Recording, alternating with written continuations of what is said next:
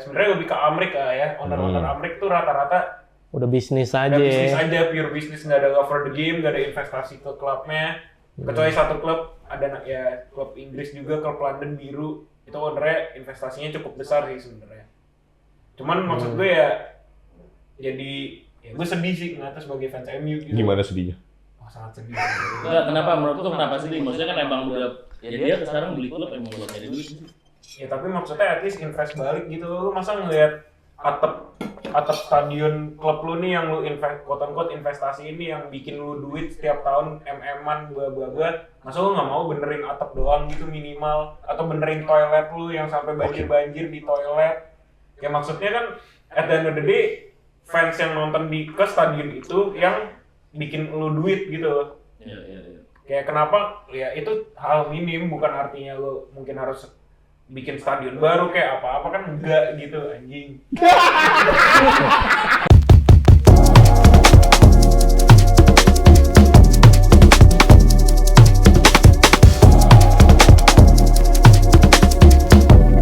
Sometimes maybe good, sometimes maybe shit. Dimana dulu kan terkenalnya owner football club yang sangat into the club gitu. Misalnya kalau sekarang kan masih ada Florentino Perez dan ya siapa lagi ya, soalnya gitu sebenarnya nggak ada nggak sih? Erick Thohir. Yang apaan? Kayak owner yang care banget gitu sama klubnya, maksudnya kayak Erick Thohir. Andre Agnelli lah, owner klub gua lah. Iya benar. itu masih Ya. sih. Ya sekarang bukan Sense Andre of Agnelli belonging lagi ya. Sense of belonging kayak kan mungkin bahasanya. terakhir kan Abramovich yang kayak tipe-tipe kayak Abramovich gitu. Ada lah. Klub-klub Italia mah yang masih asli ya, begitu masih semua asli, lah, gitu. begitu Ada, semua. Haji Umuh. Haji Umuh. Haji, Dia owner apa ya? kenapa? itu si Pak. Oh ini Persib ya? Persib bro. Iya, itu. Yang Pak- selalu ada di bench kan? Kayak misalnya sekarang nih owner kayak Kroenke dari Arsenal atau Glazers pun juga. Dan Liverpool juga. Iya, maksudnya, Boston. Ya, Boston yang kayak ya sebenarnya lebih ke Amerika ya. Owner Amerika tuh rata-rata Udah bisnis aja. udah bisnis aja, pure bisnis, nggak ada love for the game, nggak ada investasi ke klubnya. Kecuali satu klub, ada ya klub Inggris juga, klub London Biru. Itu ownernya investasinya cukup besar sih sebenarnya. Cuman maksud gue ya, jadi ya gue sedih sih ngeliatnya sebagai fans MU gitu. Gimana sedihnya? Oh, sangat sedih. Enggak, kenapa menurut lu kenapa sih? Maksudnya kan emang udah ya dia sekarang beli klub emang buat nyari duit. Ya tapi maksudnya at least invest balik gitu. Lu masa ngeliat atap stadion klub lu nih yang lu quote unquote investasi ini yang bikin lu duit setiap tahun MM-an bla. Masa lu nggak mau benerin atap doang gitu minimal, atau benerin toilet lu yang sampai banjir di toilet. Ya maksudnya kan at the end of the day fans yang nonton ke stadion itu yang bikin lu duit gitu. Iya. Kayak kenapa ya itu hal minim, bukan artinya lu mungkin harus bikin stadion baru kayak apa-apa, kan enggak gitu anjing. Kenapa sih? Gue kayak stres banget. Bener nggak? Lucu banget. Bener kan? Gue bilang bener kan? Dia berusaha nih. Dia berusaha. Udah Ger, santai aja. Gue lagi berusaha dengerin kata-katanya. Anak dipaksa belajar mungkin. Dipaksa belajar. Berusaha.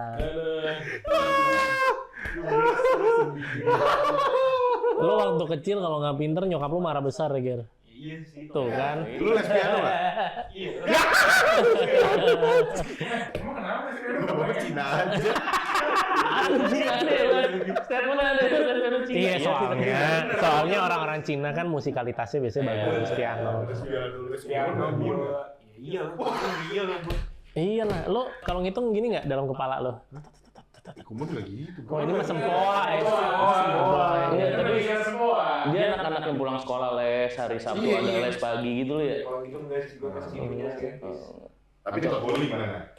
Ya kalau ya boy anomali sih, maksudnya finding the loophole di transfer kan pertama orang-orang langsung mikirnya ya kalau ini orang kayak bego gitu kan. Iya kayak bego, tapi pemain 2 tahun. Itu kan berarti Todd Boehly menurut lo bagus. Emang umumnya yang gua nggak nangkep nih, gua taunya cuma dikit soalnya. Emang ideologi owner yang lu so-called dari Amerika ini tuh biasanya kayak gimana sih? Itu loh kayak umumnya seperti apa behaviornya. Karena kan nggak, kalau menurut gue tuh kan si owner ini mereka tuh nge-treat nge-treat olahraga itu kan beda, cara main mereka kan beda. Ini kan perspektif lu soalnya lu nonton baseball di US, lu nonton NBA. Basket, ya. Cuma karena kan basically mereka tuh nggak ada transfer ya. Mereka tuh nggak ada transfer, mereka nggak beli pemain. Trade ya. Jadi mereka itu nggak pernah membeli sesuatu karena kan kayak agak sensitif ya kalau di Amerika beli orang tuh ya. Make sense. Karena mereka adalah pelaku jual beli. Shopee-nya tadinya. Dulu. Ya kan takutnya kan Coyo tadi suruh ngangkut kapas gitu kan. Kalau sebenarnya cara mereka berbisnis kan beda ya. Bisnis olahraga mereka tuh kan biasanya let's say kayak kemarin baru deal tuh gue lupa angkanya berapa, cuma it's the biggest deal on sport. Itu kan Coyo tadi sama sama Juan Soto. Itu Juan Soto itu ke New York Mets. Ya baru mau ngomong. Ya siapa namanya si Otani ke Dodgers, which is klubnya Todd Bowley. Terus siapa namanya Juan Soto? Ini baseball. NBL. Baseball. Ya main mikir apa ya? Anaknya dikasih jualan soto, udah lo bayangin. Ya kalau Juan Rawon. Soalnya dia nggak bisa ngomong huruf L. Kenapa? Kalau jadi lengkap jualan soto. Jualan. Terus.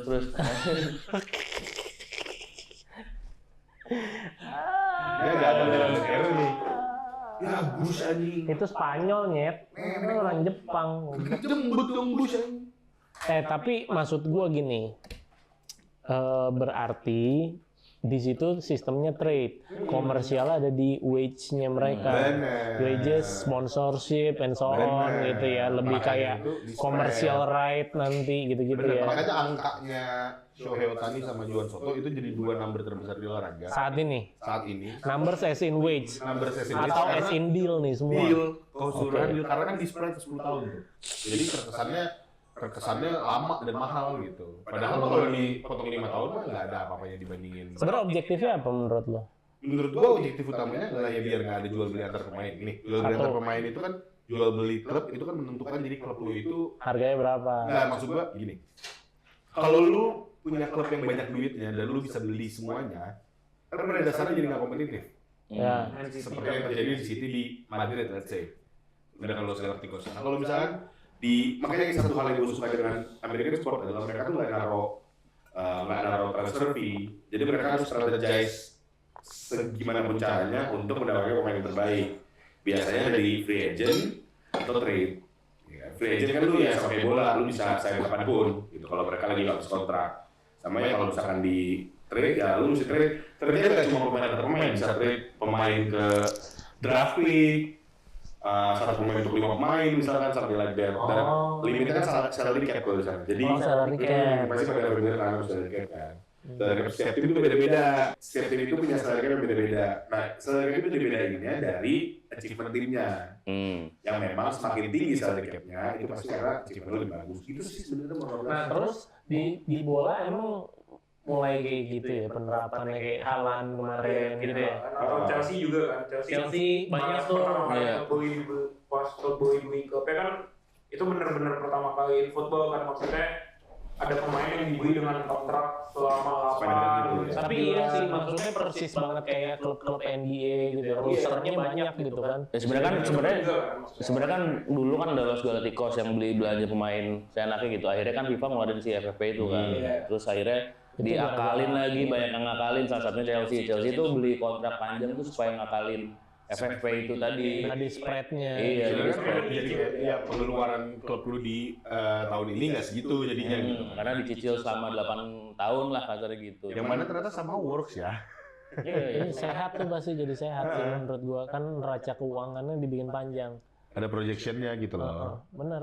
Maksudnya secara bisnis berarti itu kan sehat gitu. Cuman impactnya ke kalau tadi yang dibahas dari impactnya ke sepak bolanya. Nah ini yang gue mau pertanyakan sebenarnya. Jadi kan bilang jadi beautiful game-nya jadi hilang. Emang kenapa? Korelasinya apa gitu maksudnya? Mungkin kalau ini dari perspektif gue sebagai fans MU juga ya, kayak maksudnya yang baik lagi misalnya kayak Bowie yang care juga ke klubnya, tapi yang gue lihat adalah dengan beberapa tim kayak misalnya itu MU, Arsenal, Liverpool dengan owner-owner yang orang Amerika Amerikanya yang nggak mau invest ya gitu ke klub pelit keluarin duit kan buat transfer, padahal mereka juga tahu gitu kayak ya lu nggak mungkin bisa keep the same squad for however long ya buat selama itu gitu.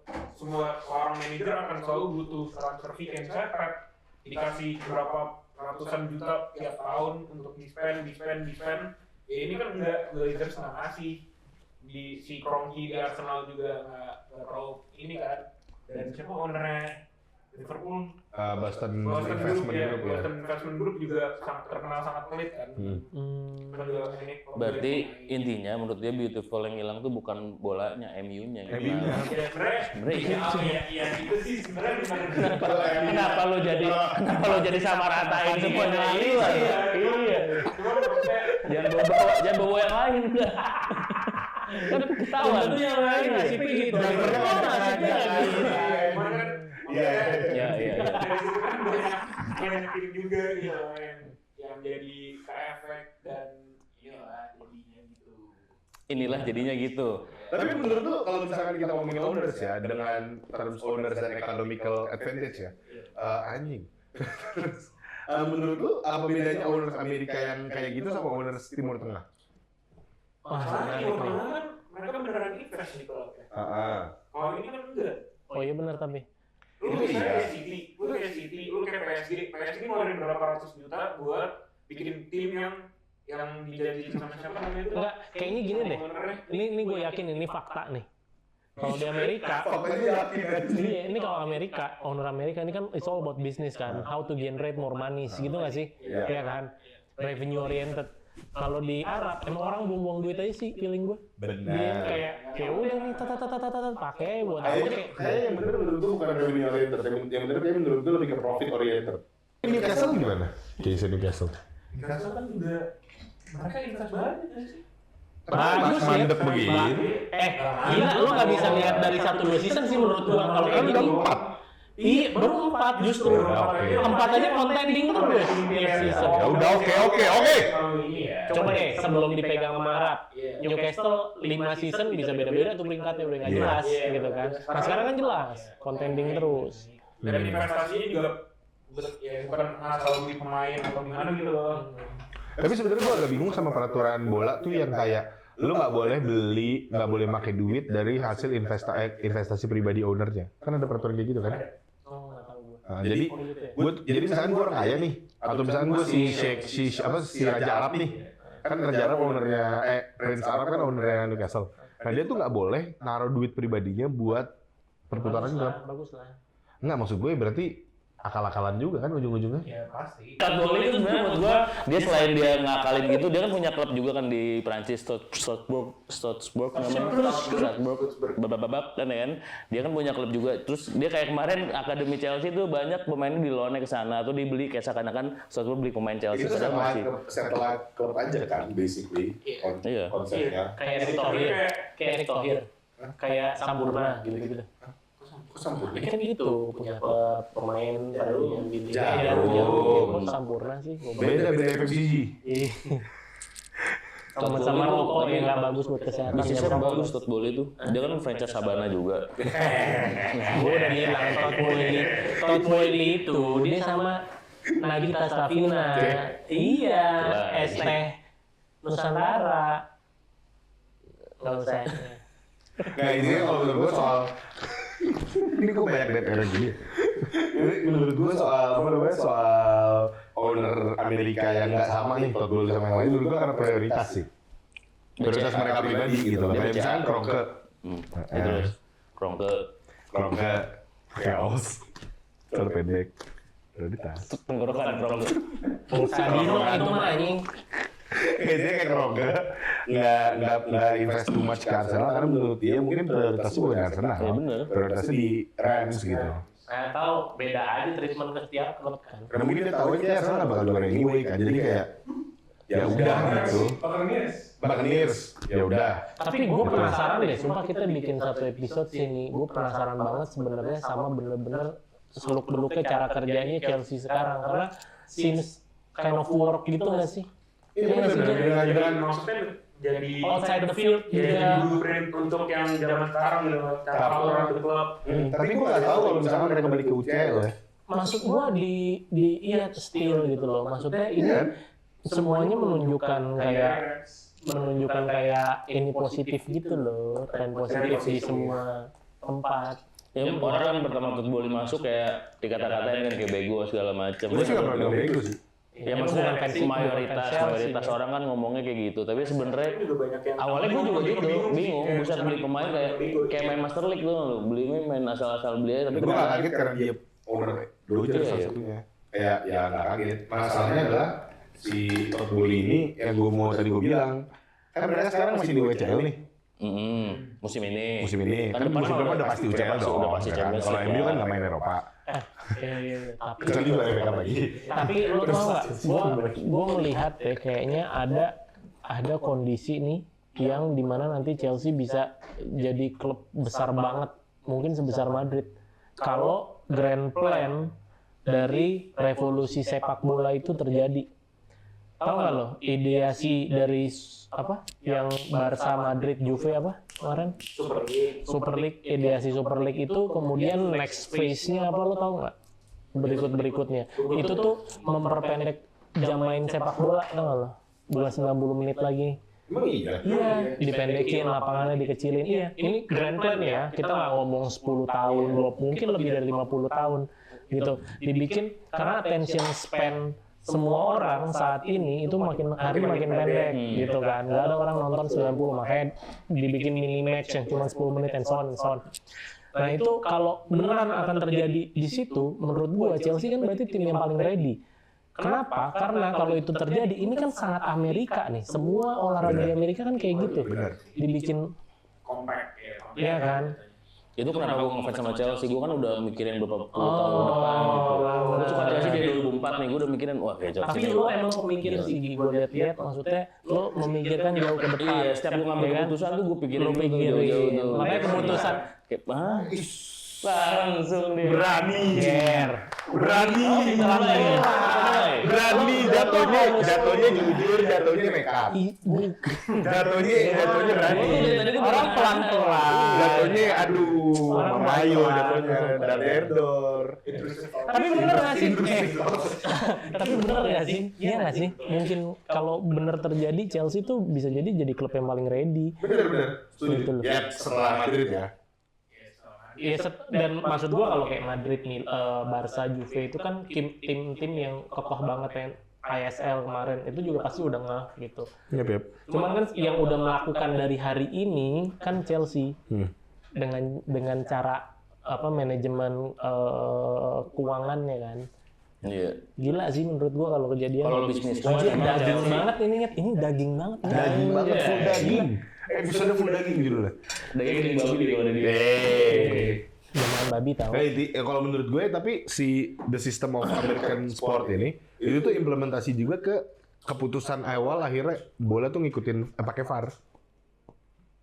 Betul. Iya kan? Karena kan Iya. sebelum VAR kan VAR baru-baru ini paling 7 tahun terakhir kan dari early 2000s pun juga NBA gitu-gitu kan udah ada sistem apa namanya kayak Karena referee gitu. benar karena to be honest yang pertama kalau nggak salah baseball sebetulnya.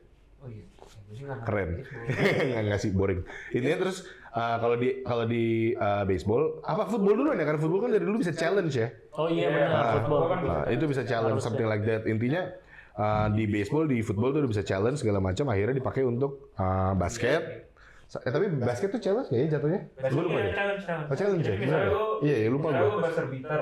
Oh iya benar. Iya, Iya. panggilnya nggak masuk, ya Iya. lu bisa challenge dari tim lu sendiri. Terus yang pakai announcement segala macam. Itu result challenge-nya di match itu juga. Di match itu juga. Di match itu juga. Iya, berarti VAR. Berarti di stop pertandingannya. Iya, jadi di stop. Nah, cuma bedanya kalau di mereka mostly semuanya dijelasin.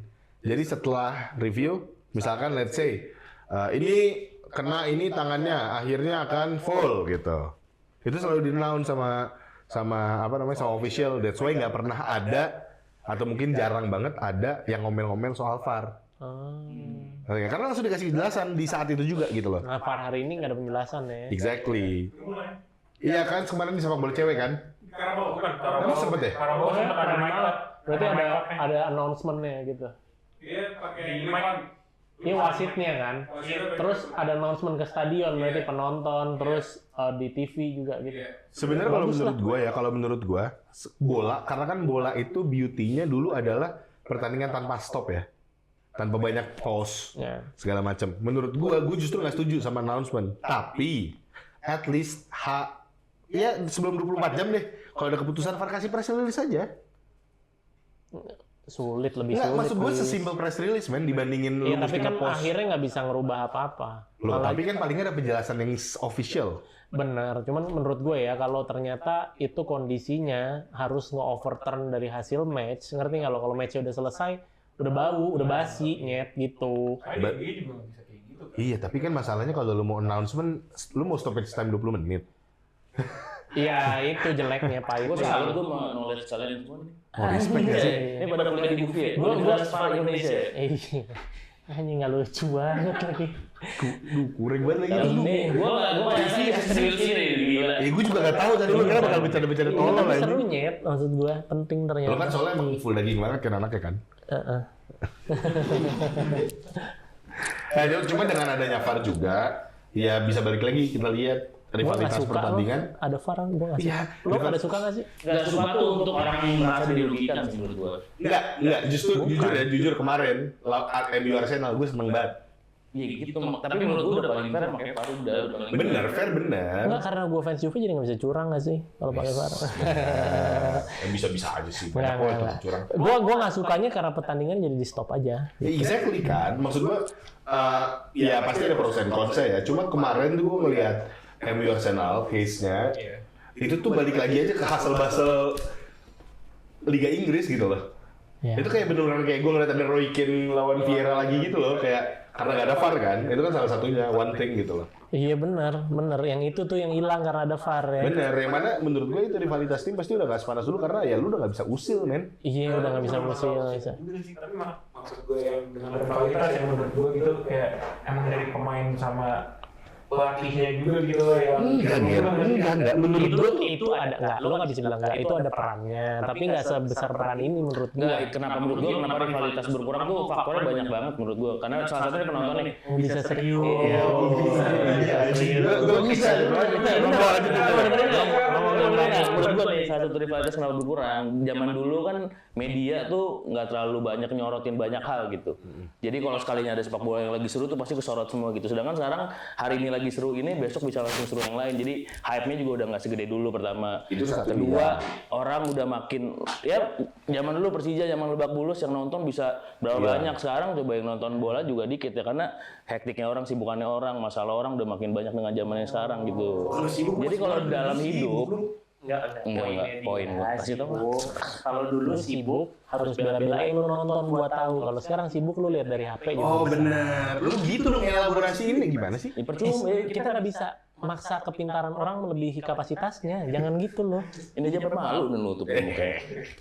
Apa sih? Gimana sih? Ya, tapi bener maksud gue gitu, ini maksudnya kayak faktor rivalitas tuh lo nggak cuma bisa ngelihat dari satu pertandingan doang, tapi banyak faktor dari penontonnya, dari orang sekarang nggak usah jauh-jauh nonton, udah bisa lihat live di mana-mana.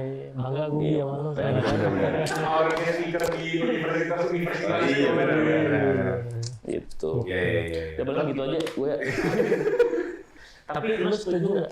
Apa? Anjingnya random banget. Tapi lu setuju nggak kalau sepak bola dijadiin kayak yang tadi gue bilang? Yang diperkecil waktu per match-nya. Gue lupa berapa. Nanti ya cari tahu ya. 50 menit. 50 ya? ISL. Bukan ISL-nya, Ger. Jangan salah paham. Udah tapi seru lagi gue bayangin. Jangan salah paham. 50 menit waktu mati. Terus mainnya bersih. Ngerti nggak lo? Waktu bersih. Waktu bersih. Main waktu bersih. Lama anjing jatuhnya itu Makanya kan sekarang 90 menit kayak- jujur. Enggak, Nyet. Kayak liganya Pique kan rame gila. Iya nggak maksud gue kalau implementasi 50 menit waktu bersih di banyak orang bisa sepak bola menurut gue masih ada 90 menit juga. Memang. Gua nggak tahu ya gimana. Cuman datanya permainan sepak bola di lapangan itu sekitar 50 sampai 60 menit. nah, kayak gitu. Nah, orang bola aja cuma 48 basket cuma 48 menit 2 jam juga mainnya. Iya, maksudnya kan intinya kan bukan the whole match-nya, tapi itu tadi gitu. Tapi pada intinya semua menurut gue emang harus ada inovasi sih. Dulu kan kayak bola extra time adanya golden goal. Oh benar. Lu kan penalti zaman dulu kan nggak ditendang, dia one on one sama Itu kiper. kan cuma di Amerika doang ya. Ya tapi maksud gue inovasi itu harus terus dilakukan supaya tidak membosankan. Oke, contoh kalau misalkan lu jadi Ini gua jadi ketua FIFA nih. ketum FIFA. Ketua FIFA. Apa inovasi yang akan lu lakukan? Gua manggil kepala partai dulu nih, partai-partai Demokrat, PDI. Enggak jadi dong. Gua Jatuhnya itu SSI manggil Asprof. Jatuhnya. Masa Megawati lu panggil ini nggak sopan. Jawabannya Oki, jawabannya Bang Kuat kayak gitu. Gak usah diulang di FIFA. Oh gitu. Ya Mega Chan lu bilang.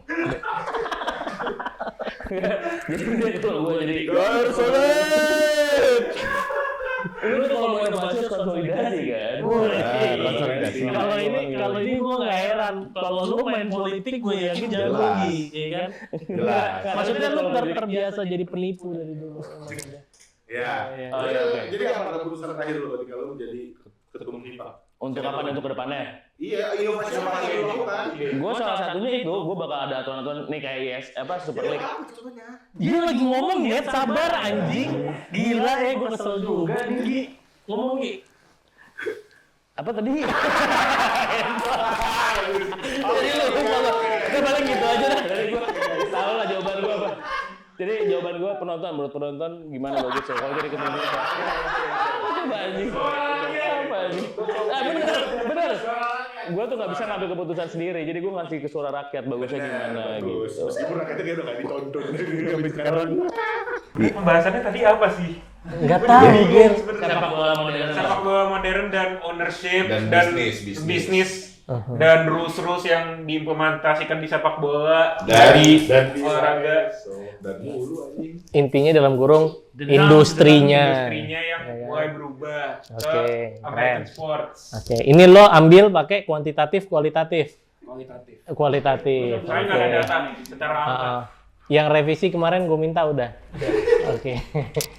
Ya sekian itu aja guys dari kita semua di sini. Jangan lupa like, komen, subscribe juga ke YouTube kita, follow juga di IG dan TikTok kita di Tahu TNT Boys. YouTube. Sekian dan terima kasih, bye bye. Ni hao ma. Sometimes maybe good, sometimes maybe shit.